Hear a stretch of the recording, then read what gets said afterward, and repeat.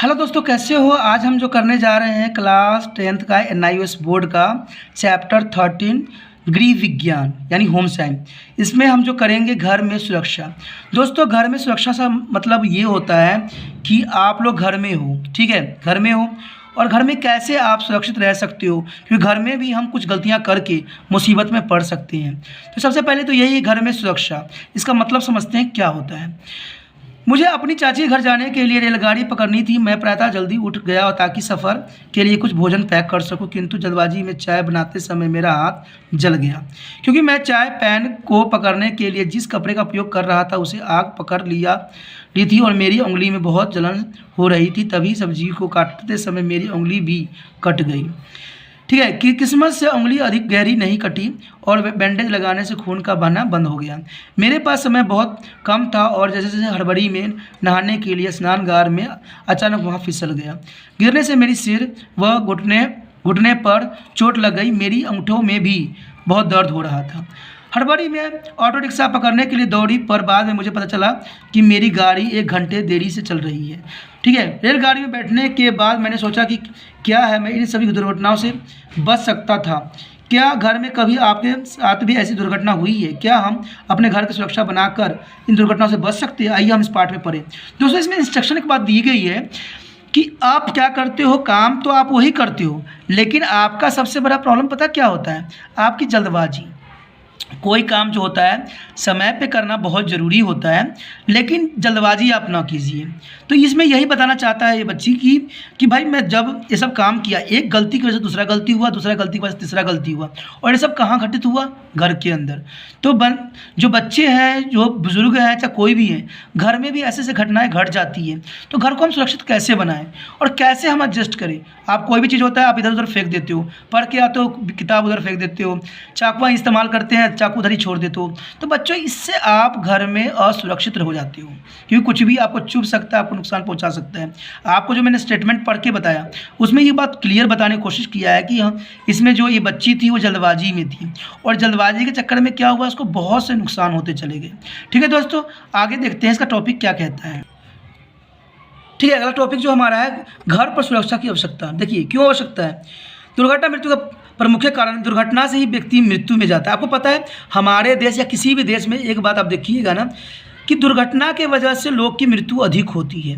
कहते हैं विशेष के रूप में बुजुर्गों तथा बच्चों में 80% दुर्घटना घर पर ही होती है। देखिए 80% जो दुर्घटना होती है ना घर पे ही होती है, बाकी कहीं नहीं होती, घर में ही होती है। और घर में क्यों होती है? हमारी लापरवाही की वजह से होती है। कई बार हम घरों में फिसल जाते हैं या लुढ़क जाते हैं या किंतु किसी तरह के अपने आप को बचा लेते हैं। ये दुर्घटना से बाल बचना ही दुर्घटना संभावित स्थलों पर सुरक्षित रहने की चेतावनी होती है।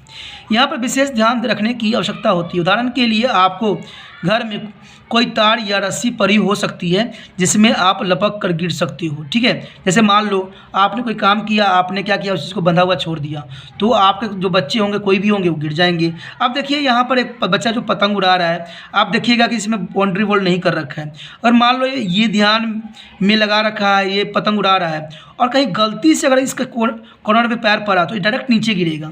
तो ये सब जो है दुर्घटना होती है। दुर्घटना कहीं और नहीं होती। आपको पहले ही बता दूं कि हमारे देश या किसी भी देश में दुर्घटना के वजह से, यानी घरों में दुर्घटना की वजह से बहुत मृत्यु होती है। तो इसको हम क्या करें, कैसे सुरक्षित हम करें? आगे यही बात बताया है। क्या घरों में बच्चों के छत से गिरने की संभावना होती है?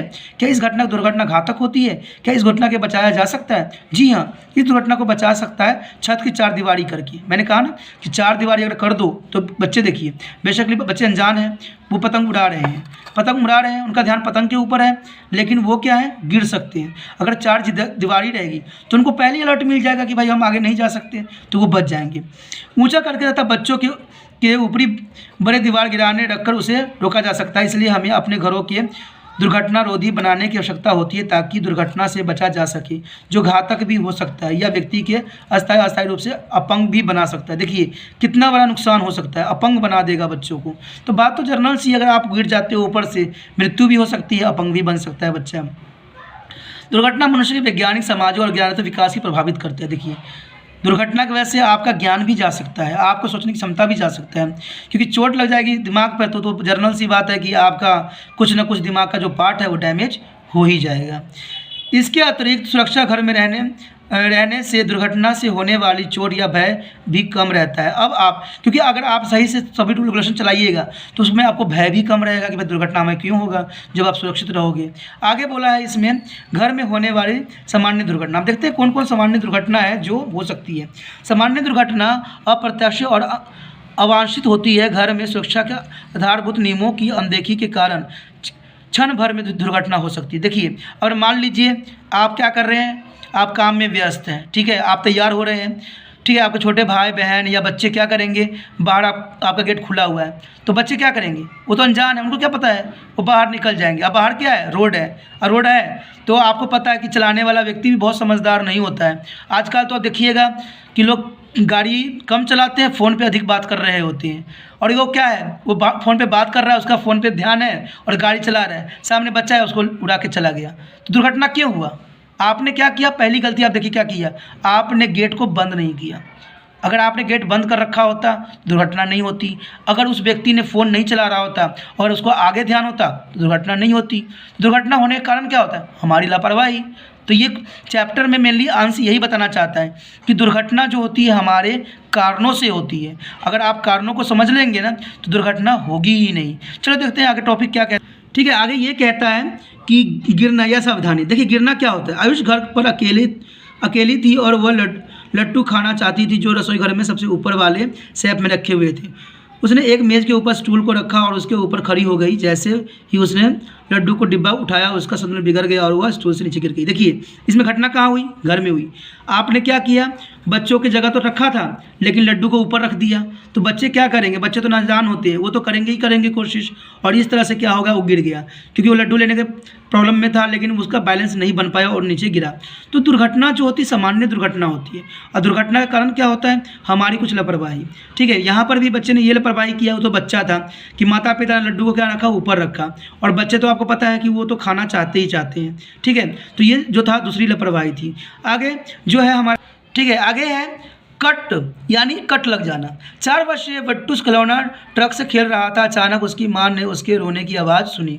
वह दौड़ कर बट्टू के पास आई और उसने देखा कि उसके हाथ में खून निकल रहा है।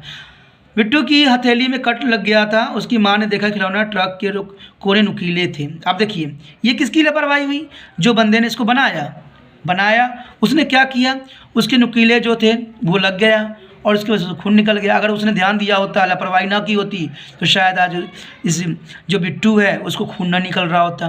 तो मैंने कहा ना कि जो हमारी दुर्घटना जो घरों में होती है वो होती है कुछ हमारी भी लापरवाही। हम अगर कोई चीज़ लेते हैं तो उसको, बच्चों के लिए जो भी सामान आप लेते हो तो उसमें देख लो कि उसमें क्या हो सकता है और क्या नहीं होना चाहिए। कुछ चीज़ तो नहीं है जो बच्चों को नुकसान पहुँचा सकता हो, क्योंकि बच्चे तो समझदार नहीं होते ना, समझदार तो हमें बनना है ना। आगे देखिए इस घटना को किस प्रकार को रोका जा सकता था। देखिए ये भी यहाँ पर बताई गई है, जहाँ हानिकारक वस्तु को जैसे चाकू, गिलास और पैनी वस्तुओं को बच्चों को मुंह से दूर रखकर बच्चों के लिए खिलौना खरीदते समय सावधानी बरत कर तथा बच्चों को खेलते समय अकेला न छोड़कर तथा इस प्रकार दुर्घटना को बचा जा सकता है। दोस्तों मैं एक बात हमेशा कहता हूँ कि NIOS जो भी क्वेश्चन पूछता है ना वो जर्नली होती है। अगर आप एक छोटी छोटी बातों का नॉलेज रहेगा ना तो आपको पेपर देना बहुत मुश्किल नहीं पड़ेगा। ठीक है, क्योंकि आपको अपनी समझ लगानी है। पेपर में आप स्ट्रेस डाल रहे हो कि भाई मैं क्या करना है क्या नहीं करना है, आपको सिर्फ ये करना है कि क्वेश्चनों को जो मैं समझा रहा हूँ उनको समझने की कोशिश करना है। ठीक है, कि अगर मान लो कोई क्वेश्चन भी आ जाता है कि दुर्घटना से हम कैसे बच सकते हैं तो आपको तो 1000 को आंसर मालूम ही है। पेपरों में जो है आपको ढंग से लिखने भी आना चाहिए, तो लिख के प्रैक्टिस भी कीजिए। जैसे मैं अभी पढ़ा रहा हूँ, जो मैं बोल रहा हूँ आप क्या कीजिए, कॉपी पर नोट डाउन करते जाइए, तो ये आपके लिए फ़ायदेमंद रहेगा।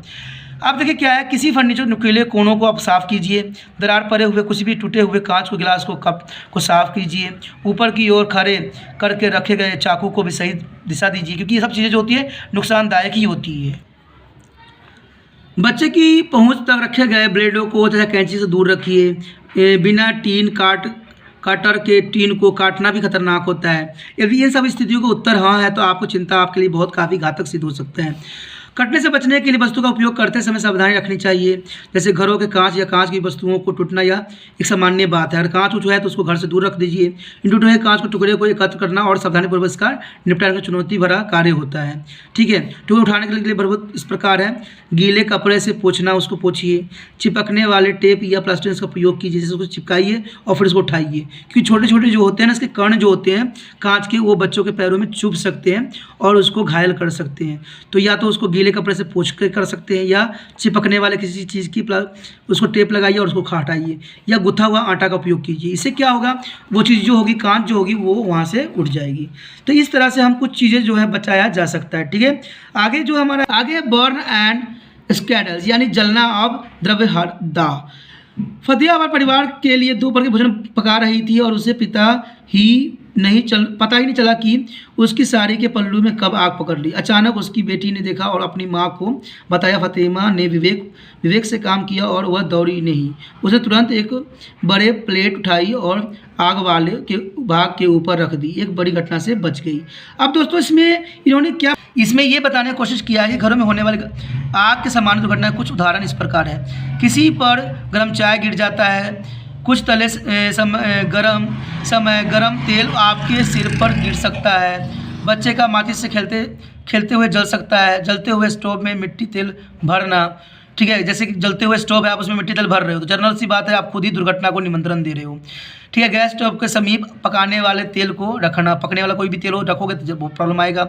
जलती सिगरेट या गर्म राख को लापरवाही से कूड़े में डाल देना। अगर मान लो सिगरेट पिया, आपने फेंक दिया, ऐसे सिगरेट पीना ही खतरनाक ही होता है और आप भी और भी खतरनाक बना रहे हो। आप तो पी के अपना ज़िंदगी खुद ही वेस्ट कर रहे हो और बच्चों को भी इसको नुकसानदायक बना रहे हो। तो ये सब छोटी छोटी गलतियाँ ही जो हमारे लिए नुकसानदायक होता है। ठीक है, आगे है टूटी पुरानी तारों को प्रयोग करना, जिससे शॉर्ट सर्किट हो सकता है। ठीक है, अगर शॉर्ट सर्किट कब होता है, जब टूटी पुरानी आप सर्किट को इस्तेमाल करती हो। एक सॉकेट में 2 या 2 से अधिक उपकरणों का प्रयोग कर देना, ये भी प्रॉब्लम होता है। खिड़कियों के पर्दे के समीप खुले लैंप या जलती हुई माचिस को छोड़ रखना। ठीक, गैस सिलेंडर और गैस का रिसाव होना, ये सब जो है जर्नल से जो घटनाएँ हैं वो है। अगला स्थिति जो है, जब आपके घर में सिलेंडर लीक हो तो आप क्या कर सकते हो। ठीक है, आप उस घटना को बचने के लिए आप क्या कर सकते हो, घर से बाहर निकल जाएं, विशेष रूप से बच्चे व बुजुर्गों को दूर कर दें। ऐसी स्थिति में माचिस या किसी प्रकार के आग न जलाएं। ठीक है, बिजली के किसी भी स्विच को ऑन ना करें। लीक करने वाले सिलेंडर को बाहर खुली हवा में रख दें। अग्निशमन दस्तों को तुरंत कॉल कर दें। तो देखिए, जब भी आपके घर में कुछ सिलेंडर लीक की आपको संभावना लगता है तो सबसे पहले आप क्या कीजिए, सारे दरवाजे खोल दीजिए, सारे चीज़ खोल दीजिए और उस समय ध्यान रखिएगा कि कोई भी स्विच जो है ऑन नहीं कीजिएगा। अगर आप घर के स्विच ऑन करोगे तो ऑटोमेटिक जो है आग लग जाएगी, क्योंकि ये जो होता है लिक्विड होता है और लिक्विड हर क्षेत्र में फैला हुआ होता है।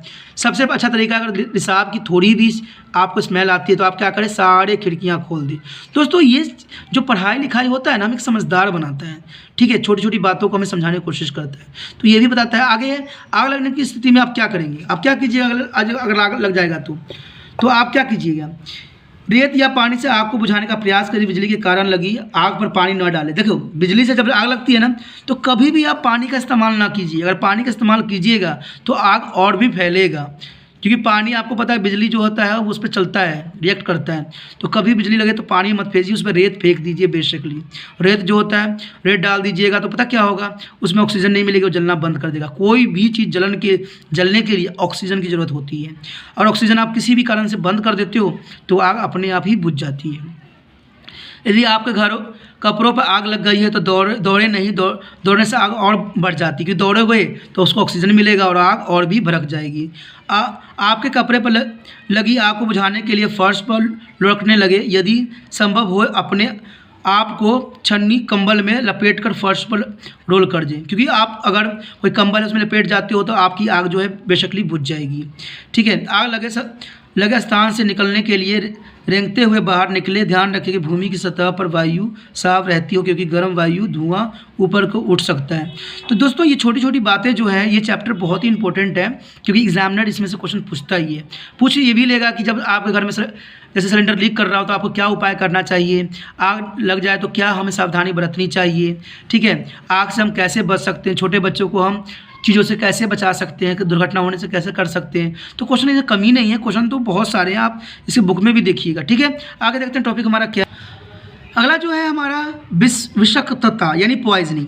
अगर पॉइजन देखिए छोटे मोटे घर में होता है। रूबी 5 वर्षीय बालिका वो घर में बनी लकड़ी की अलमारी के पास गई और उसने एक छोटा सा पैकेट देखा जिसमें उसे लगा कि टॉफ़ियाँ रखी हुई है। उसे चॉकलेट खोला और वह उसे अपने मुंह में डालने की वाली थी कि उसकी माँ ने उसके हाथों से वह छीन ली। वास्तव में वह टॉफ़ी नहीं थी बल्कि कपूर की गोली थी। लेकिन सभी बच्चे इसे भाग्यशाली नहीं होते हैं। आपको पता ही है सारे बच्चे एक जैसे नहीं होते हैं। बच्चे के सामने जो भी हो सभी रसायन जैसे कि सफाई पदार्थ के हो, डिटर्जेंट हो, कीटनाशक हो, कृमिनाशक हो, ईंधन हो, सभी चीज़ों को आप बच्चे से दूर रखें। आप कोशिश ये करें कि जहाँ पर बच्चे पहुँच नहीं सकते वहाँ पर सामान रखिए। इससे क्या होता है दुर्घटना बढ़ती है। ठीक है, ये तो जनरल सी बात है जो आप लोगों को समझने की ज़रूरत है। ठीक है, आगे देखते हैं अगला टॉपिक हमारा। ठीक है दोस्तों, मैं आगे कराने से पहले एक बात जरूर आप लोगों को कहूँगा। आप लोग जो देख रहे हो, ठीक है, अब जो आप ही देख रहे हो आप ही से बात कर रहा हूँ मैं। देखिए ये जो NIOS की पढ़ाई जो होती है ना, बहुत से टीचर नहीं कराते हैं। ठीक है, बहुत से स्कूलों में होती है। लेकिन दोस्तों मैं एक बात आपको बताना चाहूँगा कि जो आप लोग देख रहे हो ना, आप कृपया इसको व्हाट्सअप स्टेटस पे लगा लीजिए। ठीक है, क्योंकि आपके माध्यम से न जाने किस बच्चे को फ़ायदा मिल जाए। आप पढ़ रहे हो, न जाने आपके कॉन्टैक्ट में कम से कम 100-150 व्यक्ति होंगे, उनमें से कोई ना कोई NIOS में ज़रूर पढ़ता होगा और ये वीडियो उसको नहीं मिल रहा होगा, तो वो बेचारा बहुत अपसेट होगा। या कहीं टीचर पढ़ा रहे होंगे, क्या पता उनको समझ में ना आ रहा हो।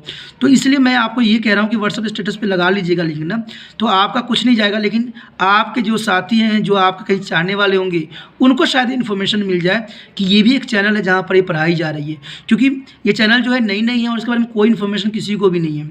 ठीक है, अगर आपको लगता है कि अगर अच्छा मैं पढ़ाने की कोशिश कर रहा हूँ तो आप इसको व्हाट्सएप स्टेटस पे लगाइए, जिससे क्या होगा वो व्यक्ति इस स्टेटस को देखेगा और क्या पता उसको समझ में आ जाए और समझने लग जाए और उसको मेरे से फ़ायदा हो जाए। तो कृपया ये ज़रूर काम कीजिएगा। ठीक है, चलो ये करना ना करना ये तो आपकी बात है। मुझे पता है कि आप तो अभी भी इस चैनल को सब्सक्राइब नहीं किए हो। अगर किए होते तो मुझे पता होता कि बच्चे मेरे को इंटरेस्ट ले रहे हैं सब्जेक्ट में। आपने अभी भी सब्सक्राइब नहीं किया है। चलो सब्सक्राइब करना ना करना तो ये आपकी बात है, लेकिन एक बात मैं ज़रूर आपको कहूँगा कि आप ध्यान से पढ़िए, क्योंकि आपकी इसके आगे की लाइफ जो है जुड़ी हुई है। ठीक है दोस्तों, चलिए अब बाकी बात ना करके हम अपना टॉपिक पे आ जाते हैं। ये तो ठीक है, अगला जो है काटना या डंक तो आपको पता ही है ना, किसी चीज़ से भी लग सकती है। NIOS के अगर आप पढ़िएगा तो स्नेक बाइटिंग भी है। स्नेक बाइटिंग चैप्टर आपने इंग्लिश में पढ़ा होगा, आपने पता है उसमें उसको काटा किसने था और उसकी माता पे जो दादा दादी थी या नाना नानी थी उन्हें क्या सोच लिया और क्या क्या करवा दिया। तो डंक जो होती है वह बहुत ही सुहावनी, देखो अभी इसमें एक टॉपिक के रूप में दे दिया गया। वह दिन बहुत सुहावना था और हमारे परिवार में पिकनिक पर जाने का निर्णय लिया था। पिकनिक स्थल पर आम का एक बड़ा पेड़ देखकर बच्चे रुबानी और असीम बहुत खुश थे और उन्होंने आम तोड़ने के लिए पेड़ पर पत्थर मारने शुरू कर दिए। अचानक ये पत्थर मधुमक्खियों के छत्ते पर लगी और मधुमक्खियों ने बच्चों को काट लिया। उन दोनों बच्चों को अस्पताल में ले जाना पड़ा। मधुमक्खियों तो उनके डंक मारने से बहुत पीड़ा होती है और सूजन भी आ जाती है।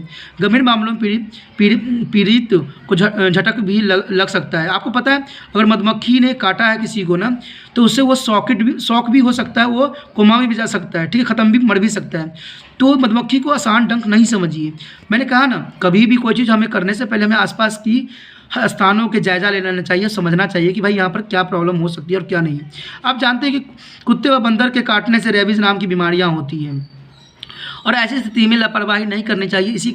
इसी प्रकार सांप काटने का यदि तत्काल उपचार न किया जाए तो पीड़ित व्यक्ति की मृत्यु भी हो सकती है। तो यही बात यहाँ बताने की कोशिश कर रहा है कि कोई भी घटना हो पहले हमें जांच पड़ताल करना चाहिए और उसको तुरंत हमें इलाज देना चाहिए। अगर आप इलाज नहीं करते हो तो क्या होगा, मुसीबत में पड़ जाओगे।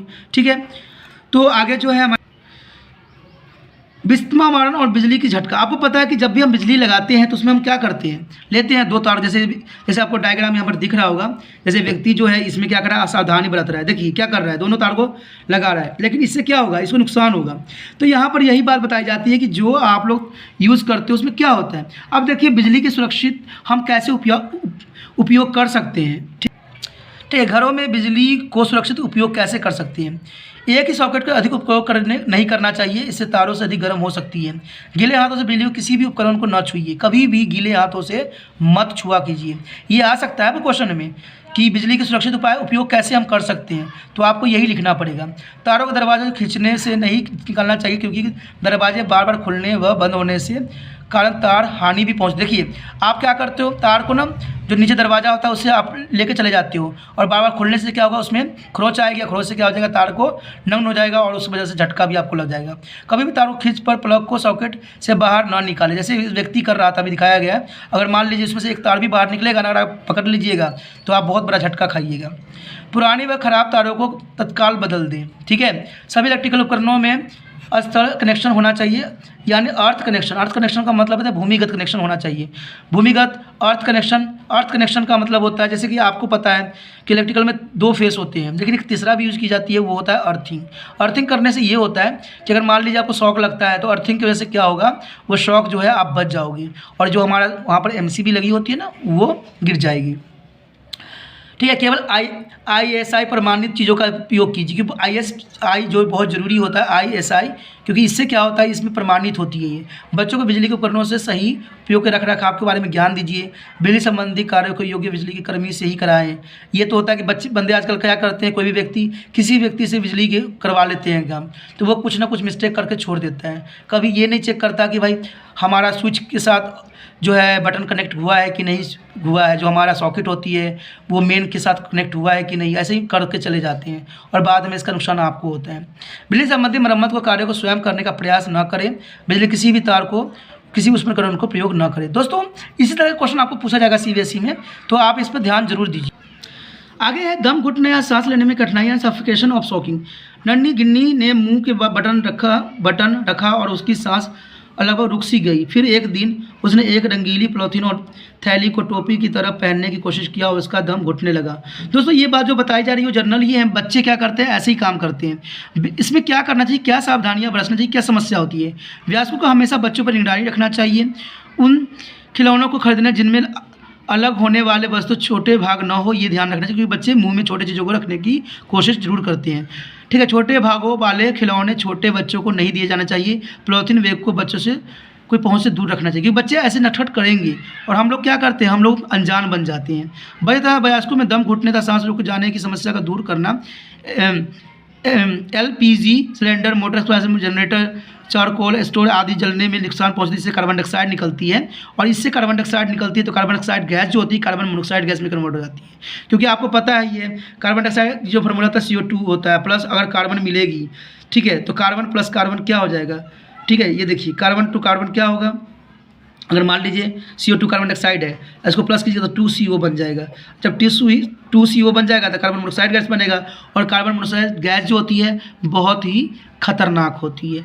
ठीक है, ठीक है, आगे जो है प्राथमिक उपचार और उसके नियम, ये बहुत क्वेश्चन इंपॉर्टेंट है और एग्जाम वाले पूछ लेंगे कि प्राथमिक उपचार और उसके नियम क्या हैं। तो दोस्तों ये क्वेश्चन को आप बहुत ध्यान से जरूर पढ़िएगा। प्राथमिक उपचार वह संभावना जीवन रक्षा तकनीक है जिससे वास्तविक चिकित्सक उपचार पहुंचाने के पीड़ित व्यक्तियों को लगी चोट का आरंभिक उपचार के दौरान, यानी हम किसी चिकित्सक न दिखा के पहले जो हम करते हैं ट्रीटमेंट, उसको हम प्राथमिक उपचार कहते हैं। आपको पता है कि हर गाड़ी में फर्स्ट एड बैग रहती है, जिसके से तो आप जानते ही होंगे, तो उसी को हम कहते हैं प्राथमिक उपचार। कि अगर डॉक्टर के पास जाने से पहले आप खून को कैसे रोक सकते हो, डॉक्टर के पास जाने के पहले हम क्या करें जो खून बंद हो जाए, कैसे चीज़ करें, जो यही इसके बारे में बताया गया है। तो ये नियम जो है बहुत इंपॉर्टेंट है और एग्जाम के वैल्यू से भी बहुत इंपॉर्टेंट है। हमारे दैनिक जीवन में हम ऐसी अनेक परिस्थितियों में गुजरते हैं जहाँ प्राथमिक उपचार की आवश्यकता होती है, इसलिए हम इस प्रकार की स्थिति को सकारात्मक क्रियात्मक के रूप में निपटने के लिए उचित ज्ञान तथा कौशल प्राप्त करना चाहिए। प्राथमिक उपचार चिकित्सा उपचार का विकल्प नहीं है। दुर्घटना की स्थिति में पीड़ित को बिना समय गंवाए तत्कालीन अस्पताल में जाना चाहिए। उपचार के कुछ नियम क्या है देख लीजिए। अपने घरों में प्राथमिक चिकित्सा बॉक्स तत्काल का उपयोग कीजिए। आपको पता होगा चिकित्सा बॉक्स जैसे कि आप देख रहे होंगे, ये होती है चिकित्सक बॉक्स, ठीक है, जिसमें सारा मेडिसिन रखी जाती है और इसे हम इंग्लिश में फर्स्ट एड बॉक्स भी कहते हैं, जो आप लोग को नॉलेज होगा। उसके बाद हम क्या कर सकते हैं, प्राथमिक उपचार समय गंवाए बिना तत्काल प्रदान करना चाहिए। प्राथमिक उपचार देते समय आपको शांत व धैर्यपूर्ण रखना पड़ेगा। देखिए कोई दुर्घटना घटता है ना, तो लोग जो होते हैं परेशान हो जाते हैं, तो परेशान आपको नहीं होना है, आपको अपना संयम और दिमाग से काम करना है। ठीक है, अगर संयम और दिमाग से काम कीजिएगा तो वो घटना आपको आसानी से उसको क्या कर लीजिएगा, सोल्यूशन कर लीजिएगा। पीड़ित व्यक्तियों को समझता दें कि भाई तुम्हें कुछ नहीं हुआ, कोई प्रॉब्लम नहीं है, वहाँ पर भीड़ लग गई है तो उसको वहाँ से हटाएं। सर्वप्रथम उन चोटों पर प्राथमिक उपचार करें जो घातक हो सकता है, जो मतलब ज़रूरी है उसको पहले उपचार कीजिए। यदि पीड़ित व्यक्ति बेहोश हो गया है तो उसे कोई तरल पदार्थ न दें। सर अपने पास आपातकालीन सहायता नंबर उपलब्ध रखें, जिससे आप किसी इमरजेंसी को कॉल कर सकें। तत्काल चिकित्सा को फ़ोन करके बुला लें, जिससे इसको सावधानी की जा सके। इस तरह से दोस्तों जो है हम चिकित्सा कर सकते हैं, और ये क्वेश्चन जो है बहुत इंपॉर्टेंट है और ये एग्जामिनर जरूर पूछते हैं। ठीक है दोस्तों, मैं एक बार फिर से कहना चाहूँगा कि अगर चैनल को सब्सक्राइब नहीं किया तो कर लीजिए, अपने व्हाट्सअप स्टेटस पे लगा लीजिए, जिससे दूसरे को फ़ायदा मिल जाए। मेरा काम सिर्फ ये है कि दूसरे बच्चों को ही भी फ़ायदा मिले। ठीक है दोस्तों, इसी विश्वास के साथ कि मेरी बात मानोगे और व्हाट्सअप स्टेटस पर लगाओगे, मैं फिर मिलूँगा। Okay, bye.